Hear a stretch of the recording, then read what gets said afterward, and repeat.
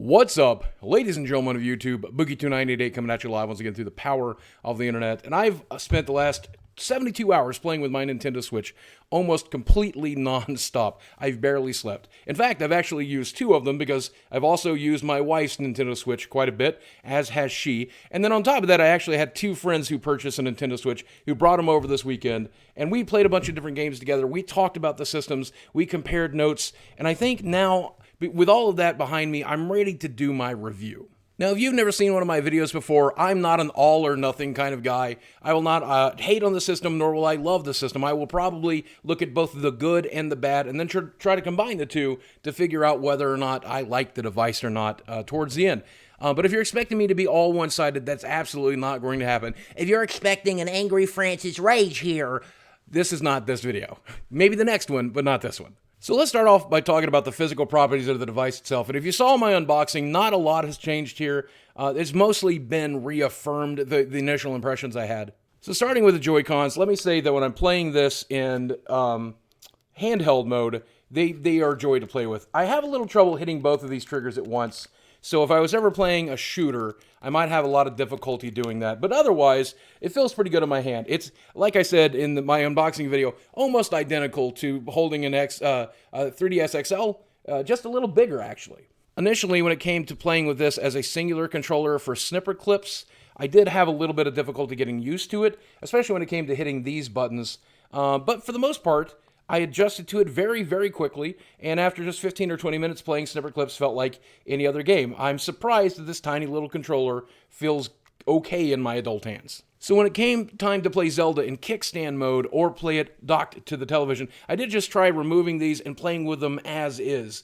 And I don't think it's the fault of the controller, but I had a lot of difficulty playing that way. I'm used to T-Rexing, and I did not want to do that anymore, so I wanted to play with my arms set on my recliner on each side. But this takes a lot of getting used to, especially when it came to aiming the bow.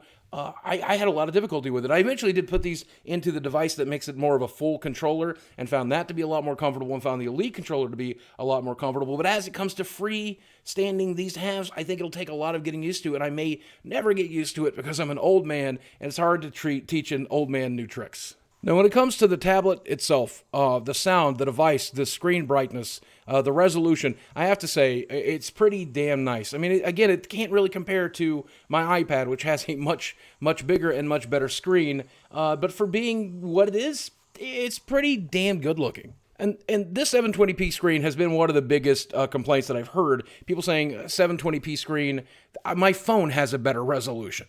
But your phone new is probably $600, $700, $800, and that really nice screen is because of that. As a cost-saving measure, I think 720p in handheld mode is enough to get the job done, and while I probably, too, wish it was better, I understand that if they wanted to keep this thing at a price that people would appreciate, I think this is a good cost-saving measure. Now, when it's docked, you're looking at a maximum of 1080p for any video game. And Legend of Zelda, which is pretty much the only gamey game that's available for the system right now, actually puts out a 900p. And I've heard a lot of people complaining about that because, you see the other devices moving on to 4K with 4K video and so on and so forth. And this thing's only going to put out 1080p, and that's frustrating. You probably do not want to be watching Blu-ray quality video on your Switch, which is not possible because where would you put the Blu-ray? And that leads me to probably the most valid complaint that I agree with when it comes to the Nintendo Switch. Obviously, there's going to be no Blu-ray player, but there's no video at all right now. Where are the apps? Where are there apps? How are there no apps? My refrigerator has Netflix on it. How does my Switch not have that? Look, I don't need Netflix on another device, but if this is a device I'm going to be carrying around, there's no reason for it not to have Netflix on it. Sometimes I want to conserve my phone's power, which is also going to be in my pocket. If this is there, why would I not want to watch Netflix on it? Why would I not want to watch Hulu? Why would I not want to watch my own Francis Rages? Let me watch Francis Rages on my Switch, Nintendo. And look, I know that's eventually coming, right? They have to add that to this device. I'm sure that they are working on it and working it out. But that kind of points out to one of the biggest problems that we have here. If you download every available piece of software that's available for this device right now, I think you have 9 or 10 total things. And that's not just early release. That's not just 3 days after release kind of thing. That's almost like a beta. And that's what's so frustrating about trying to do a review right now, because it's so early on in this console's life cycle that you're not even judging it based on what it can do, because it can't do much. You have to judge it on the potential you think it might have, and that's really difficult to do. So let's talk about graphics and CPU. And for those of you who are not very technical like me, I will not try to bore you with the details. We'll talk all theory crafting instead. One of the biggest problems Nintendo consoles always has is that it's difficult for them to lure third-party supporters who make those high-end AAA games and getting them ported over to their console so that you can play those consoles there. And with the Nintendo Switch, I think it's more important than ever, because that's what I want to do. I want to play brand new AAA games on the go when I'm traveling, when I'm going to a convention, when I'm flying in the air, when I'm sitting at a doctor's office. I really, really want that to happen, and I think it's vital to the Switch's survival. So here's the bad news, and here's when I really upset the Nintendo fans, but all the reviews and all the reports that I've seen so far have said that the GPU and the CPU inside the Switch are definitely not as fast as Xbox One or PlayStation 4, and they definitely cannot put out that level of graphics. No, wait, graphics aren't everything. Fun is everything, right? What is the graphic quality of chess? That's only 8 pixels by 8 pixels, right? My favorite game in the world is a card game, and look at how small the screen is on these things. The problem is, with a lower-end graphics processor and CPU, third-party developers are going to have to work extra hard to port the games that they are designing for the Xbox One and the PlayStation 4 and PC over to the Switch. They're going to have to jump through some extra hoops to make those same games look as good as they can and work as well as they can on a slower machine. So you probably will not get very many Call of Duties or Battlefields or Grand Theft Autos or any of those AAA gangbuster games on the Nintendo Switch, and that sucks, but that seems likely. But I do fully expect to see third-party support when it comes to the indie studios. Stuff like Binding of Isaac is obviously coming to the device, and I expect many more things like it. But also these smaller games that the big publishers make when it comes to stuff like This War of Mine or Child of Light or Unravel. I expect all of those games to come to the Nintendo Switch and not only come there, but do very, very well on the device. But hopefully someone will take advantage of all the innovation here and use these Joy-Cons and use the fact that it's both portable and connects to your television and uses the touchscreen to do something unique and awesome. And I'm willing to stack my reputation that in this console's life cycle, there will be some studios, 2 or 3 of them, that will do something magnificent with this device, and I can't wait to see what that is. So let's talk about the games that I have played over the weekend and that my friends have played and that we've gotten together to play together, because we played a lot of games, which is the only thing you can do with this device right now anyway.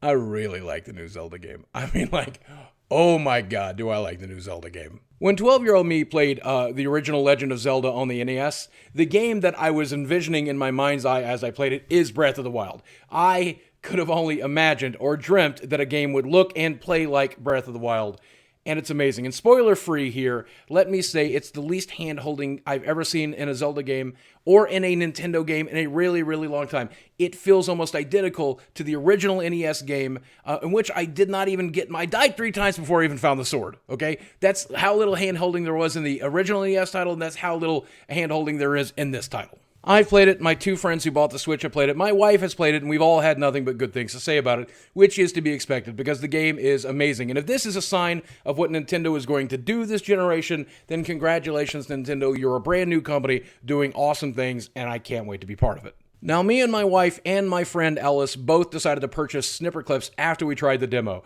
And I have to say, if you've got a continuous second player that you like to play games with, Snipperclips is a no-brainer at $20. That game is hysterical. It is fun. I haven't laughed as hard while playing that game as I had at any time. If you like puzzle games, Snipperclips is an absurdly good value at $20. I also picked up the new Bomberman title, and I have to say, it is Bomberman. If you like Bomberman, it's a lot of fun. At $50, it is a huge ripoff. I absolutely cannot recommend it because of the price on that game. That should have been a $20 title instead. You can buy almost the identical game on almost any other console for next to nothing, like $5. So don't waste your money on Bomberman. Wait till the price comes down on that, and it'll have to. Fuck Konami.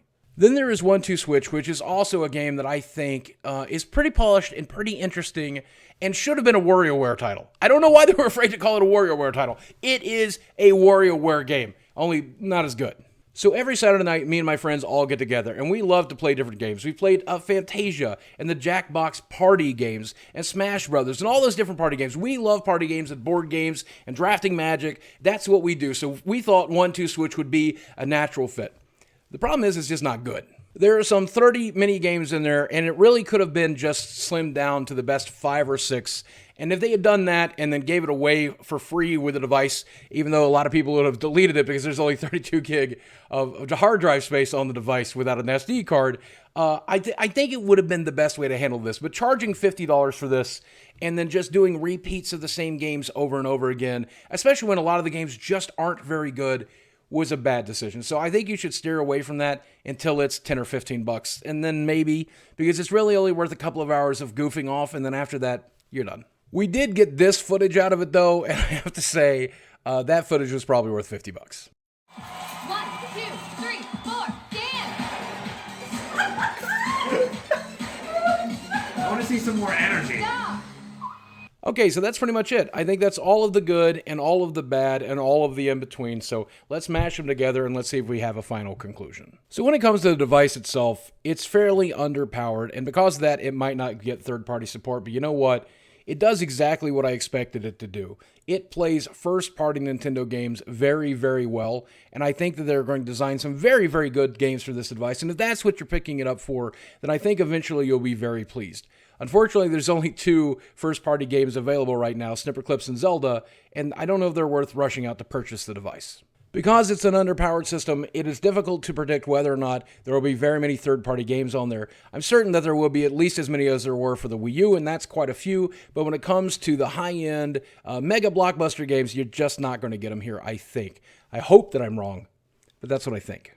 But when it comes to potential, I think the Nintendo Switch has all of the potential in the world. Not just the potential to have all of the normal apps and normal games that you would expect on a device, but to have some pretty record-setting and pretty out-of-the-box kind of stuff. And if that happens, this will be one of the better consoles Nintendo ever made. As it stands right now, though, you have to guess as to whether that potential will be fulfilled. But is that potential there?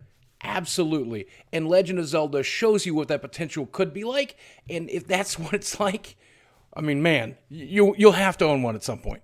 This device has a very strong first step out of the gate. It's up to Nintendo to continue to woo third-party support, to continue to develop very, very good games for it, develop good apps for it, and make the device something exceptional to determine whether or not it was worth it. I mean, unless you're the kind of person who, like me, thinks it's worth it just as a Zelda machine, because I'm going to get like 100 hours out of Zelda. And that brings me to my final conclusion. Should you buy it right now?